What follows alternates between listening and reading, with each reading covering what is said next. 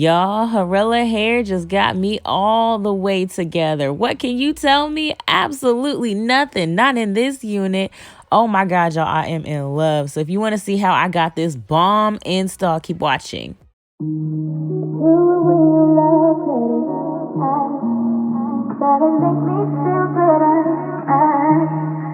Okay, so we are starting off on freshly washed hair. I did pluck this unit and bleach the knots off camera. If you want to see a full tutorial on how I pluck and bleach, I will link that video down below so you can check that out. But getting into getting this wig ready, I did flat iron this unit. This is silky straight hair. You can see in the split screen what it looked like before I did anything to it at all, so y'all can, see how it comes straight out of the package. But as for the hair texture, it is more of a silkier straight hair texture, which is great if you want a sleek bone straight look, which is what we're going for. This texture is the easiest kind to flat iron and get it like, just real straight. This is a 13x4 brown lace frontal unit that I am working on today. And for flat ironing, I am doing the chase method. I really only needed to do like 1 or 2 passes to get it straight. I'm not sure of the name of the flat iron I'm using, but I will find out and put it in the description box for you guys. Sometimes I use a Babyliss. Sometimes I use like the cheap Golden Hot. But I will definitely say if you don't have a good flat iron, like better than a Golden Hot, I would highly recommend getting one because it just does such a great job. Like, look at the difference. You can see the side I haven't done versus the side I did do, and it did not take much work at all. The hairs just glide right through my brush. Like, this hair was just so easy to style. I also did want to note I have the 26-inch length, so we got inches for days over here. You do not have to go as long as I do. They have options you can try. Also, I did want to note as well, if you like or prefer or need transparent lace, they do have those options as well. Now, once I got to the top, I noticed there were some filler hairs in this frontal. So if you're not a fan of that, that is something you want to note that these are there. I did peep. They're only really in the back though, so it wasn't a big deal for me.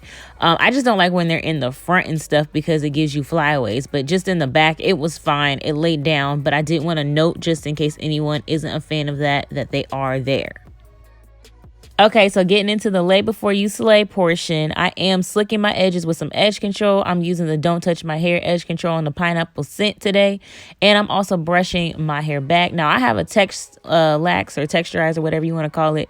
So it's easy for me to just slick my hair. Plus, I have a bob, so it's easy for me to slick my hair without braids. But if you need braids, go ahead and get you some braids. You want a flat install. That's the main point, is you want a flat install. So now I'm working on my bald cap.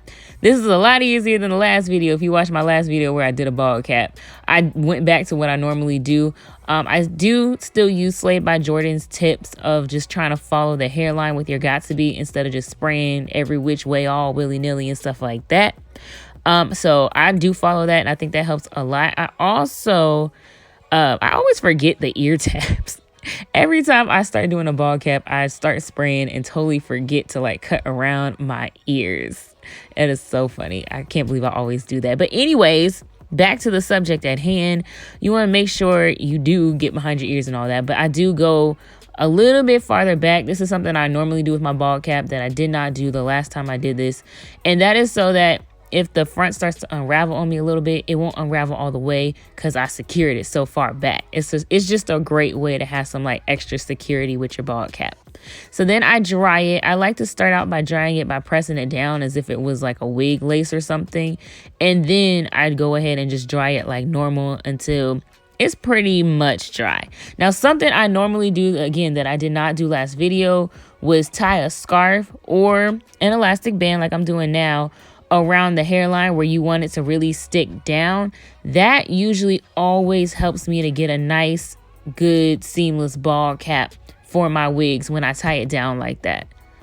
And because it's tied down like that, I can just start cutting away excess as well because it's going to be held in place by whatever you have it held down with. Now, after it's dried, then I start cutting off the excess cap. I try to get as close to my hairline as I possibly can. And that's because, you know, I have a tinier forehead. So I don't want, you know, my wig pulled up too far.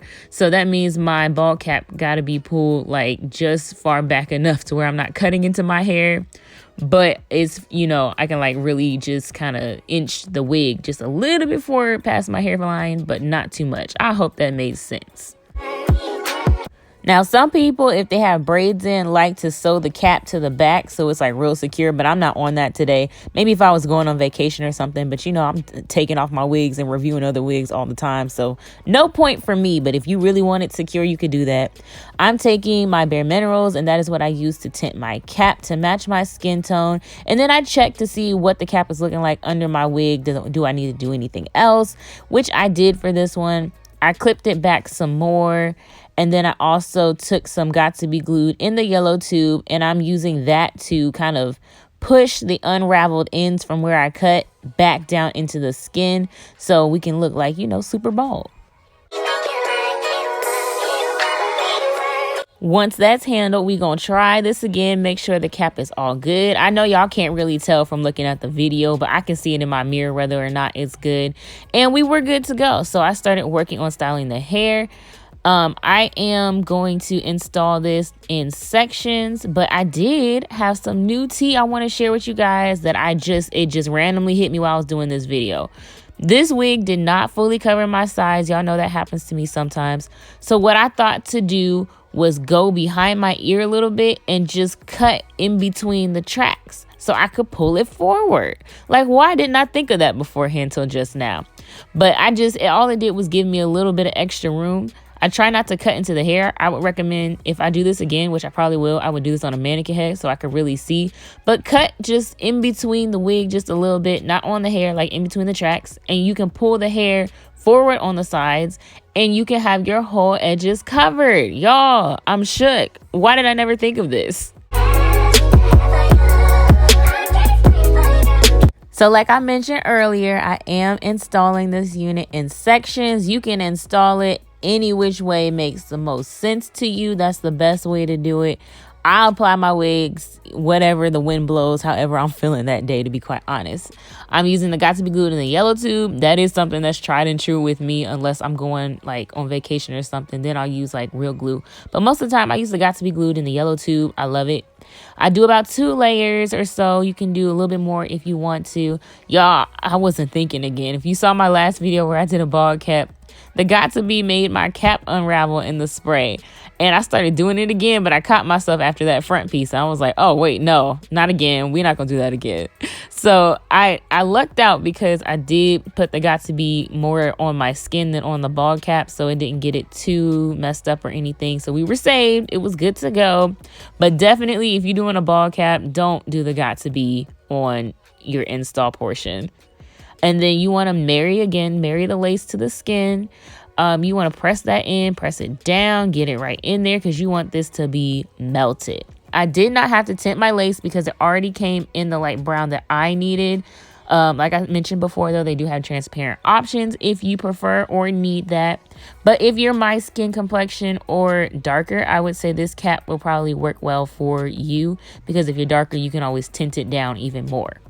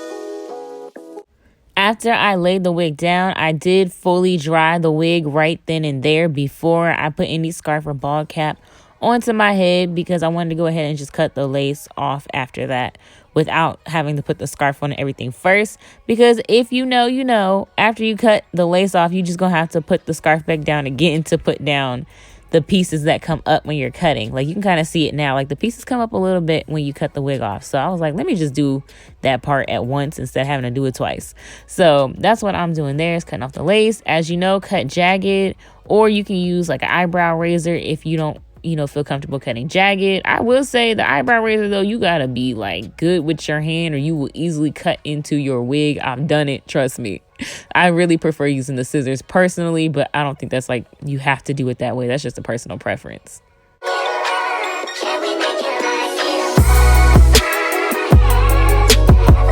After I cut the lace off and before I put on the elastic band or scarf, if you choose to use a scarf, I like to spray with the Got2b freeze spray, hairspray, whichever, you know, hairspray you use for your wigs.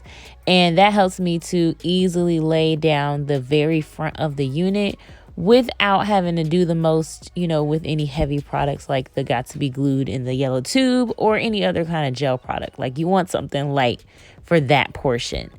And then I also took this time to section out the hairs that I'm pretty sure I want to use for baby hair, so they're already going forward.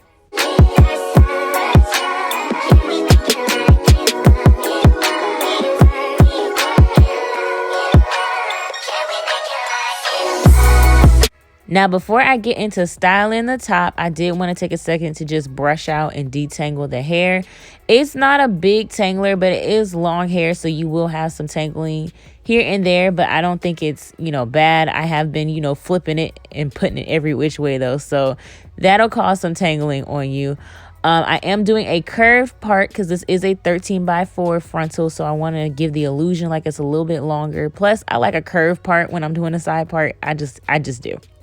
I'm using the Lord Jesus, what is this called? The wax stick. Yes, I'm using a wax stick, and I'm doing that to, you know, get the hair nice and flat. I'm doing it in sections, especially on the side that has more hair, because we want that to lay nice and super flat. We don't want, you know, a whole bunch of volume on the top of our heads. That's not cute. And then I go through each section that I laid with my wax stick with my hot comb. I have it on like the highest heat because, you know, I just want this to lay flat, and it's not my hair, so who cares about heat damage?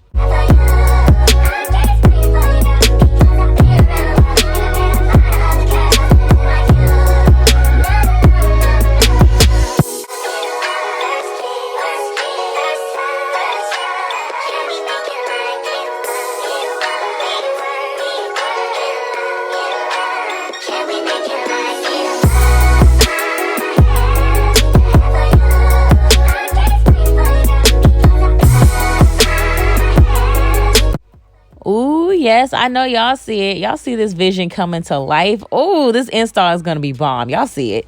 Definitely see why people pull the baby hairs forward while they're laying their wig, because this made it so much easier for me to position how I wanted those swoops to go. I actually did not cut much off of the baby hair, and I did a little bit of swoopage, but I didn't really go too extra or nothing like that. Just my usual. But the way that it just kind of like swooped into place, I get it now. I understand why people did that. I used to just pull it out. Y'all know, y'all see my videos. Well, if you're new, I guess you haven't. But if you're not new, you already know how I used to do my videos. But I did take a little bit of that and just section it off into the other side to make it a little bit thinner. I don't want it too thick. But I didn't have to, like I said, cut any of the baby hair off really, just kind of towards the front to make it a little wispy. But I really didn't have to do much at all with, oh, never mind. Yes, I did. I'm lying. I totally forgot. But, you know, you see, I'm just trying to make them wispy. Like, I'm not really trying to do the most. I'm really just, the goal here was try to make it wispy. That's all I'm trying to say. And then once I got it the way I wanted, I took some edge control. No, I didn't. I took a little bit of foam. I'm all wrong today, y'all. I used my setting foam today, and it's from the Don't Touch My Hair one, the coconut scented. Once I had the hair in place how I wanted it, and then I just maneuvered it so it would stay there.